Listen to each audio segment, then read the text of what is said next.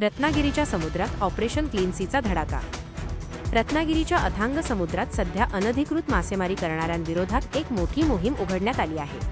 मत्स्य व्यवसाय व बंदरे विकास मंत्री नितेश राणे यांनी घेतलेल्या आक्रमक भूमिकेनंतर रत्नागिरीच्या सागरी हद्दीत ऑपरेशन क्लीन सी अंतर्गत अवैध एलईडी मासेमारी करणाऱ्यांवर मत्स्य व्यवसाय विभागाने सर्जिकल स्ट्राईक सुरू केला आहे। जयगड पासून दाभोळपर्यंतच्या विस्तीर्ण किनारपट्टीवर विभागाने सर्च मोड ऑन केल्यामुळे मत्स्य संपत्तीची लूट करणाऱ्या माफियांचे धाबे दणाणले आहेत।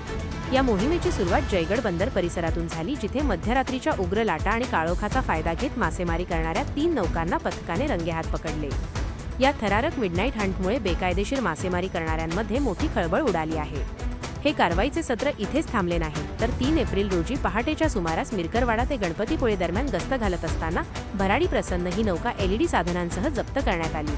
त्यानंतर 7 एप्रिल रोजी रात्री 10 वाजता गुहागर दाभोळ परिसरात पुन्हा एकदा डबल स्ट्राईक करत सफा मरवा -1 ही नौका ताब्यात घेण्यात आली असून ती सध्या दाभोळ बंदरात जप्त आहे।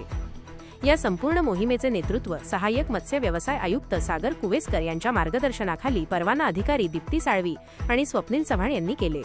या कारवाईत सागरी सुरक्षा पर्यवेक्षक प्रशांत येलवे, विनायक शिंदे आणि त्यांच्या पथकाने मोलाची कामगिरी बजावली आहे।